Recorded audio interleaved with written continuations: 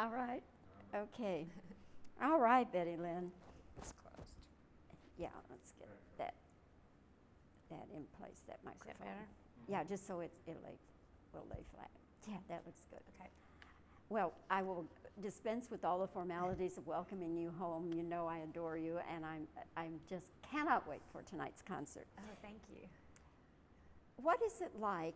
You come home, it's the hometown folks, everybody loves you, you're going to perform for them. Is it that you feel less pressure or more pressure, or it's just the same? Well, I was thinking about it this morning. I think I feel the usual performance pressure, that's kind of general, and always present. And if it's not, you're in trouble, so that's the way it needs to be. But yeah, I feel more pressure coming home because I had done 4 concerts with the symphony right after the Bass Hall opened, which was several years ago. And I started working on this show in February, and I created this entire repertoire with Fort Worth in mind. And my friend Stephen Bruton, who was a year behind me at Arlington Heights High School, and I was like the most talented girl my senior year. He was the most talented boy his senior year, and I was the rodeo queen, and he was the rodeo foreman. And so and his father, Sumter Bruton, was my first drummer at the old Casa del Sol. And Stephen is a renowned guitarist and songwriter, and tours with his own band now and stuff. So he came to New York, and I was in this period. I said, I want to sing some stuff that's about home, that's really about where we grew up and stuff. And so he came up to New York, and we worked for 2 weeks gathering material and put it together and tried out the material at the Bottom Line, which is this great music room there. And then this summer, I started performing all the songs, not all of them, but the majority of them really worked well in concert all through the spring. And I sent the songs, the board mixes from those concerts to these wonderful orchestrators over the past 2 months. And I'm really excited to hear this music because I put it together. But I'm nervous because it is Fort Worth, and it's homecoming weekend at TCU, and I'm hoping some of my old college friends come. And of course I see all my old childhood friends and high school friends and family and everything. But this particular show is a real, I call it Deep in the Heart, obviously Deep in the Heart. It's a real collection of songs really from my feelings about Fort Worth, and I hope everybody likes it. I get a little nervous, obviously, so don't use this part. I feel a lot of emotion about it because it's very. There's this beautiful song that Stephen wrote called "Too Many Memories," and it feels like driving down Camp Bowie Boulevard and hanging out and shopping in Ridgely and Arlington Heights and Monning Junior High and Mary Louise Phillips, and it just feels like Fort Worth to me, So I invited Stephen to come to be a part of this. Oh God, I hate that I'm so sloppy, but that's the thing, is that when you come home, you have all these feelings about home, and and when you move away, it's like you're different, but you're always the same, and you come back and it's Miss Koonsman from the symphony, has been so generous to book me here again for 4 performances with my band. But she's like, oh no, we want your Broadway stuff. And I'm like, but Miss Koonsman, I did this show just for Fort Worth, So it's been kind of I'm concerned that she'll like it. And I'm concerned that the symphony will be happy to play the orchestrations but I am doing, obviously, my Broadway hits as well. Thank you. I am doing the Broadway songs that I'm known for, like Memory and With One Look from Sunset Boulevard, and some others that come from the Broadway repertoire. But it's like I've tailored this thing and created this show just for a symphony and just for Fort Worth. And everybody's like, whoa, we want your Broadway songs. And I'm like, yeah, but I did this for... It's kind of like that. Oh, gosh. This is ridiculous. Don't use this, Bobbie. Let's do all this again. No, it'll be fine. We'll take care of you. Okay. Oh, I'm obviously nervous. That's all right. You just When you do something new for the first time, it's nerve-wracking. you know, they say you can take the girl out of Texas, but you can't take Texas out of the girl. Well, you don't want to take Texas out of the girl because it's a major advantage being from Texas in the world, I think.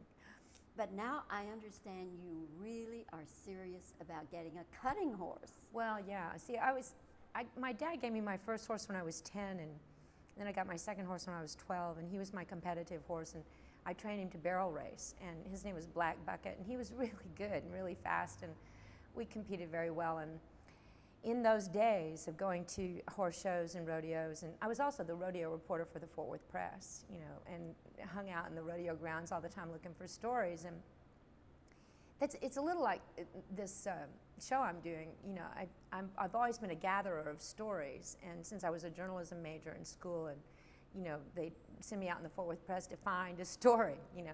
So I look for songs similarly that tell stories. And it doesn't matter where they come from, whether they come from the country world or the pop world or the world of standards or the world of musical theater. It's like if they tell a good story and there's a clear character, I want to sing it, you know. So it's kind of like that.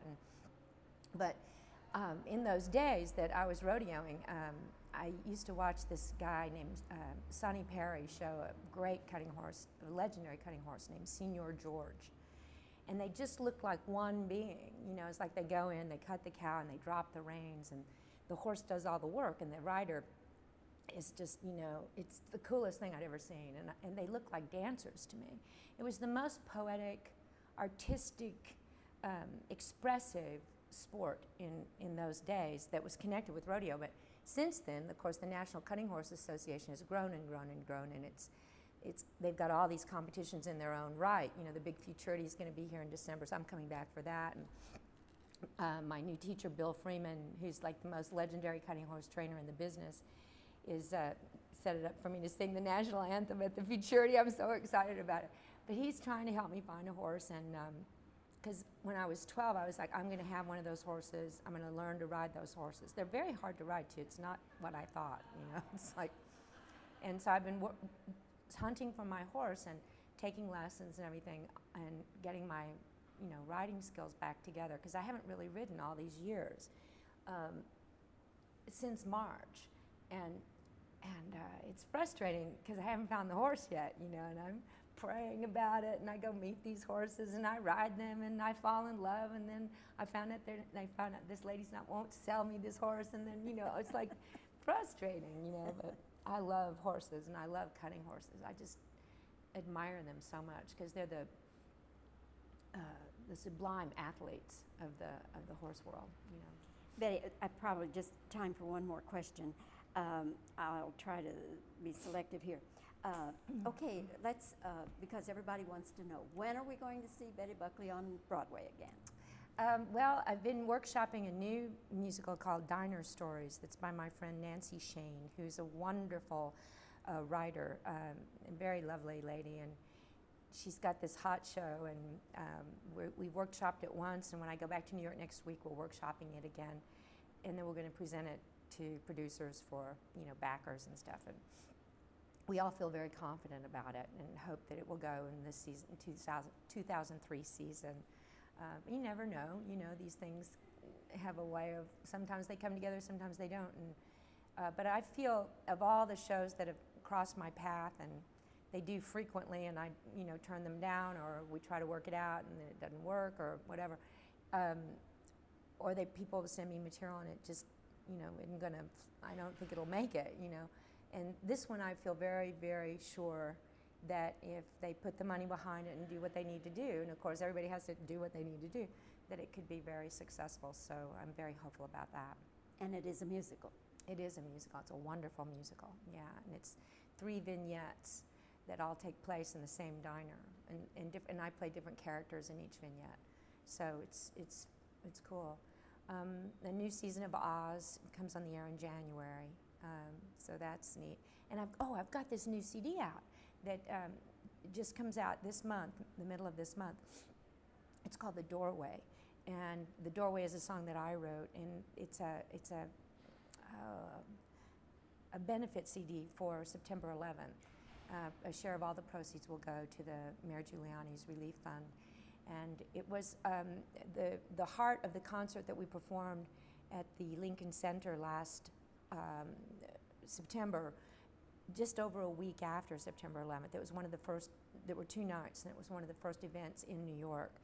And we thought that we would be canceling, and Mayor Giuliani called Lincoln Center and said, no, we want you to offer this concert, and we want Betty to offer, soothing, uplifting music for the community. So we did that, and it was an amazing performance experience because there was no performance. It was just pure sharing with an audience that was openly grieving. And so the music was selected on that basis, and it was very pretty, and so we recorded it a week later, and then the studio was donated, the musicians donated their time, and we all did it for free and just as a gift of love. And so I've been working on it in bits and pieces throughout the year whenever the studio had time to work me in. And this record company picked it up in June and is going to release it for us, and which will be great because it'll get more of a distribution than it would have just on my website, So that's nice, and it's a pretty album, and I would love people to buy it to help out with this relief fund situation in New York. Okay, well, I look forward to hearing that, and of course, the concert tonight. Okay, Betty Lynn, we're going to stop now and do some reverse. Yeah. Okay. Roy, you tell me when.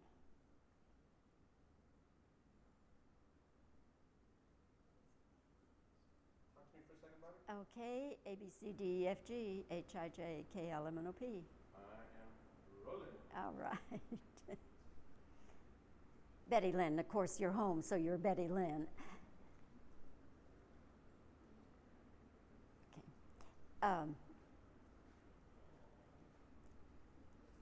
Performing for the hometown crowd, does that make you more nervous, less nervous, or the same? More nervous, absolutely more nervous. Okay. Where do we go from there? Okay. Let's see, we went from.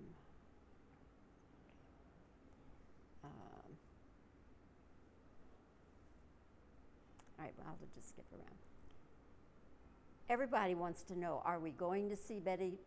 Let me start again. Everybody's asking, when will we see Betty Buckley on Broadway again? Soon, I hope, with this new show called Diner Stories that my friend wrote. It's a wonderful show. Okay. They say you can take the girl out of Texas, but you can't take Texas out of the girl. What is this about? You're shopping for a cutting horse? Absolutely. I've been in love with him since I was 12, and I'm going to find one. Okay. Let's see. What can we look forward to as far as your repertoire tonight? I'm doing a new show called Deep in the Heart. It's been structured, it's really inspired by my youth in Fort Worth, my young period. All right. Let me see. What else?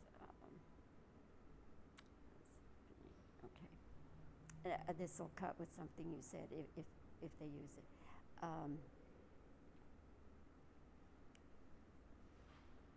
What are the feelings about being back home? Well, it's very nostalgic and emotional coming home always. You think it's going to be easy, and it's always more complicated. Okay, that should do it. Okay. Okay, all right, now.